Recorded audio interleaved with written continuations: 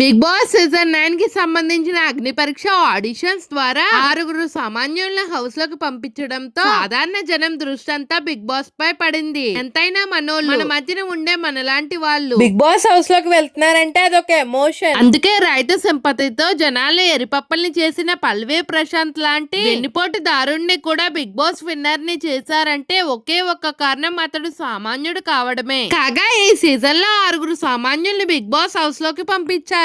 ఆ 6 కూడా ఏదో అల్లాటప్ప కంటెస్టెంట్స్ కాదు, ఎవరికి వాళ్ళే అన్నట్టుగా ఉన్నారు. హరీష్, కళ్యాణ్, పవన్, ప్రియా, మర్యాద, మనీష్, దమ్ము, శ్రీజ ఈ 6 సామాన్యుల కోటాలో బిగ్ బాస్ హౌస్ లోకి అడుగు పెట్టారు. బిగ్ బాస్ ఆటకి ముందే అగ్ని పరీక్ష ద్వారా ఓటింగ్ తో జనాల్లోకి వెళ్లారు. వాళ్ళ ఓట్లు జడ్జిల సహకారంతో బిగ్ బాస్ హౌస్ లోకి అడుగు పెట్టారు. వీళ్ళ ఆట మొదలు పెట్టేసి ఆల్రెడీ 3 వారాలు అవుతుంది, కానీ సెలబ్రిటీల ఆట ఇప్పుడే మొదలయ్యింది. ఈ సీజన్ సెలబ్రిటీ వర్సెస్ కామనర్స్ మధ్య రణరంగం కాన్సెప్ట్ తో డిజైన్ చేశారు. గతంలో ఎన్నడూ లేని విధంగా హౌస్ ని కూడా వీరి కోసం 2 భాగాలుగా విడగొట్టారు. అయితే ఎంత సామాన్యులైనా కూడా సెలబ్రిటీలకు ఉండే క్రేజ్ వేరు, వాళ్ళకి ముందే ఫ్యాన్ బేస్ ఉంటుంది. కానీ బిగ్ బాస్ హౌస్ లోకి అడుగుపెట్టిన సెలబ్రిటీ లిస్ట్ ఒక్కసారి చూస్తే ఒకరంటే ఒక్కరు కూడా ఈ సామాన్యులను తట్టుకుని నిలబడేటట్టు లేరు. మొత్తం 9 మంది సెలబ్రిటీలో రీతు చౌదరి, తనుజ, ఆశా, షైని, సంజన గలాని, శ్రేష్ఠ వర్మ, భరణి శంకర్, ఇమాన్యుల్, రాము రాథోడ్, సుమన్ శెట్టి వీళ్ళు ఒక్కరంటే ఒక్కరికి ఫ్యాన్ బేస్ లేదు. రీతు చౌదరి, శ్రేష్ఠ వర్మ లాంటి వాళ్ళు కంటెంట్ ఇవ్వగలరు, పైగా ఫాలోవర్స్ బాగానే ఉంది. బట్ ఆ ఫాలోయింగ్ నెగిటివిటీ ఎక్కువగా ఉంది, కాబట్టి ముందే నెగిటివిటీ ఇంపాక్ట్ కలిగిన కంటెస్టెంట్ బిగ్ బాస్ హౌస్ లోకి వెళ్లి పాజిటివ్ గా మార్చుకుని బిగ్ బాస్ విన్నర్ అయిన దాఖలు అయితే లేవు, రావు కూడా. బట్ వీళ్ళ నుండి కంటెంట్ వస్తుంది కాబట్టి టాప్ 5 వరకు అయితే ఛాన్సెస్ ఉంటుంది. మిగిలిన వారిలో విన్నర్ మెటీరియల్ అనిపించే వాళ్ళు ఒక్కరంటే ఒక్కరు లేరు. ఇమాన్యుల్ ఉన్న జబర్దస్త్ కమెడియన్ ని బిగ్ బాస్ హౌస్ లోకి ఎందుకు తీసుకొస్తారో మనకి తెలిసిందే. వాళ్ళు నవ్వించగలరు, టీఆర్పీ తప్పించగలరు, బట్ కమెడియన్స్ కి ఓట్లు అయితే పడవు అనేది మనం చెప్పేది కాదు, స్వయంగా జబర్దస్త్ కమెడియన్స్ ఒప్పుకున్న మాట.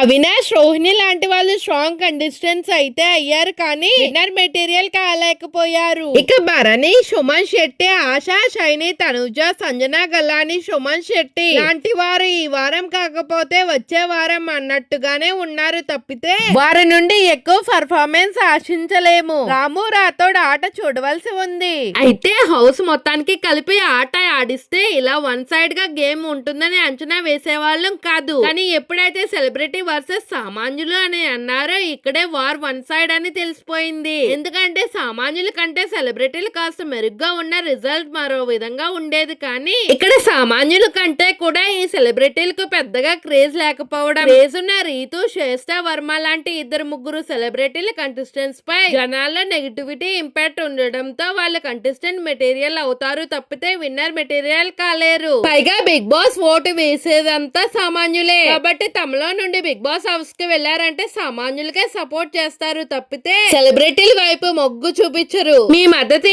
ఎవరికి, సామాన్యులకా సెలబ్రిటీలకా అంటే దాదాపు 80% మంది గంపగుత్తుగా సామాన్యులకే సపోర్ట్ చేస్తామని ఓట్లు వేస్తున్నారు. కాబట్టి బిగ్ బాస్ సీజన్ 9 విన్నర్ ఈ సామాన్యుల్లో నుండే ఉండబోతున్నాడు. మధ్యలో 2.0 పేరుతో మరో గ్రాండ్ లాంచ్ నిర్వహించి ఇంకొంతమందిని తీసుకువచ్చినా కూడా మధ్యలో వచ్చిన వాళ్ళు విన్నర్ అయిన హిస్టరీ బిగ్ బాస్ తెలుగు చరిత్రలోనే లేదు. ముందు నుండి హౌస్ లో ఉన్న వాళ్ళకే ఫ్యాన్ బేస్ ఏర్పడుతుంది, ఓటింగ్ గ్రాఫ్ క్రియేట్ అవుతుంది. కాబట్టి హౌస్ లో ముందు నుండి ఉన్న సామాన్యుడే బిగ్ బాస్ సీజన్ 9 విన్నర్ కాబోతున్నాడు.